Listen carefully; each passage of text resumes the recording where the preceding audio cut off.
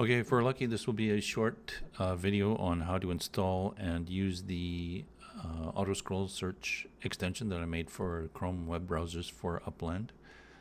In Upland, they don't have a search feature in the Collections tab. If you are looking for a specific property in the collection, you can't enter it and search for it automatically. You have to do it by hand, which can be difficult. If you're in a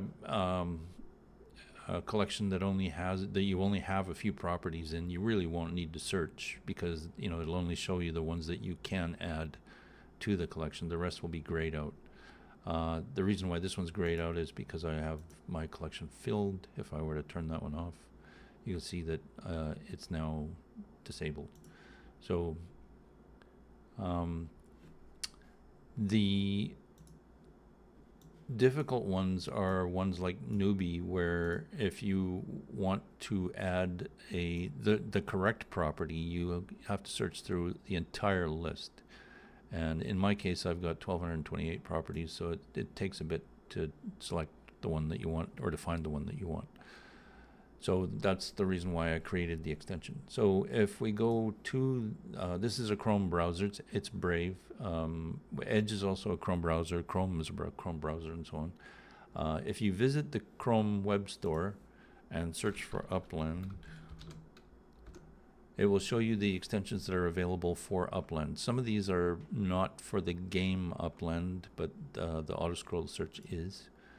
I'm going to add it to Brave, my browser, and add the extension. And you'll see, I'll just zoom in here, so you can see it's now in the Extensions Manager. You can pin it to the top of the screen if you want, and it'll stay there all the time, or you can unpin it and it'll disappear and only be available here. If you click on the icon itself, you'll see it will not load on this page. This is not Upland, so I've made it so that it won't load on this page. So we'd have to go back to Upland. So I'll just zoom out again. And we're back in Upland, and if I click on the icon again, you'll see it still won't load on this page, and that's because you have to refresh the browser the very first time that you're using it. Every time after that, it should load normally. And so we're going to go back to Newbie and load the extension, which now I can do. And so this is the window that we're going to be using.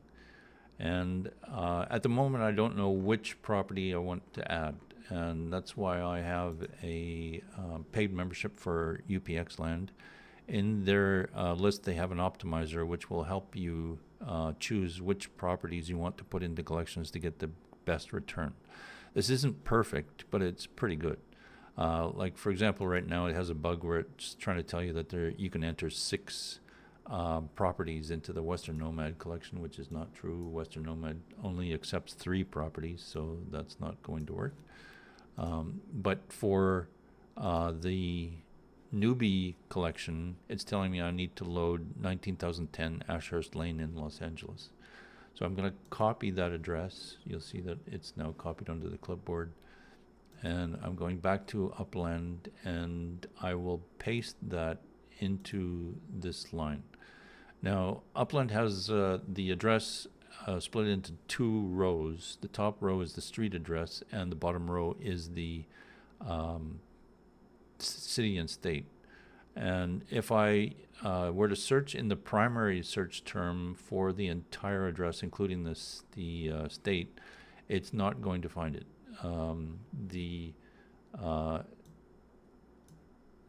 The search function only works for a portion of whatever's there, or the entire thing. So if you were to have, like, say, 2864 S Quinn Street, period, it'll find it. And but if you had period, comma, Los Angeles, it's not going to find it. So anyways, I'm going to delete the city part of this, and I'm actually going to remove lane as well, just to show you that it can search for a portion of whatever's there. Now there's 2 ways of searching. Auto-Scroll Search will search automatically through the list, and it'll only find the very first one that it finds. It will not continue on no matter how many times you push the button. Manual search is for if you want to find more than one, or if you want to find the second or third or fourth version of whatever it is. Let's say it's 190 8th Street East, for example. If you were to type in 198th Street East, it's likely that there's more than one of those in North America, or in the world for that matter. So it's going to find more than one. Or you're going to want to find more than one, because it's unlikely that Los Angeles will be the first one on the list. So you can search for more, or you could enter the city on the second term, and I'll show you how that's done in a bit.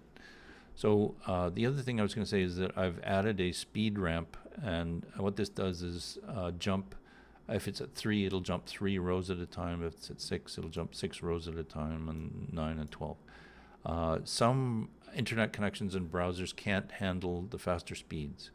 It has to be able to maintain the search in the amount of data that it's getting. So if you overrun the amount of data, it will not find it. It will start searching through a list that doesn't exist yet. So if you're at 12 and you're not finding the address that you want to find, try slowing it down. I know my internet and browser can handle 12, so that's what we're going to use. I know that this address is like a third of the way down, so I'll push the search button and you'll see it start to go. Now, if you look, my hands are up here. I'm not scrolling with the mouse at all. I can move the mouse around, but it's not a good idea to click anywhere else, because it may get confused as to what it's looking at. I'll show you in a minute, but it's searching in this window. There are other windows in the browser at the moment, but it's targeting this one.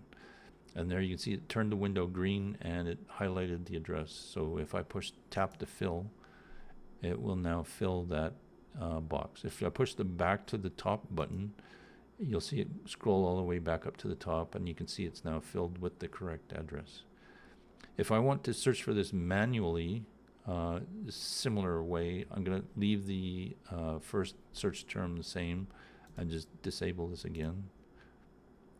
Now I know it's roughly a third of the way down the list, so we'll speed this up, but if you go too fast manually, it can miss it.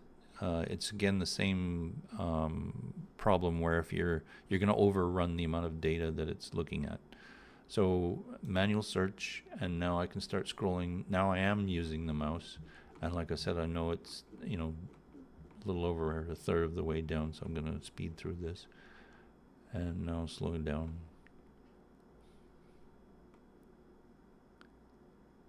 And there it is.